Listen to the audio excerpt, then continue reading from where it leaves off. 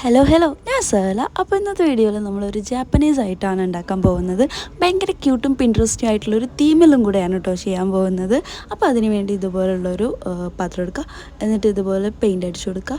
ഇതൊരു കേക്ക് ടൈപ്പിലാണ് ചെയ്യുന്നത്. അപ്പോൾ അതുകൊണ്ട് തന്നെ യെല്ലോ ആൻഡ് ഒരു ചോക്ലേറ്റ് കളർ ഉണ്ടാക്കിയിട്ട് അതിങ്ങനെ മുകളിൽ അപ്ലൈ ചെയ്ത് കൊടുത്തിട്ടുണ്ട്. പിന്നെ നന്നായിട്ടൊന്ന് ഡ്രൈ ആക്കാൻ വെക്കുക. അപ്പോൾ അതിന് ശേഷം നമ്മൾ നെക്സ്റ്റ് ചെയ്യാൻ പോകുന്നത് ഈ ഒരു കണ്ടെയ്നറിൻ്റെ മുകളിലായിട്ടൊരു ഹോൾ ഇട്ട് കൊടുത്തിട്ടുണ്ട്.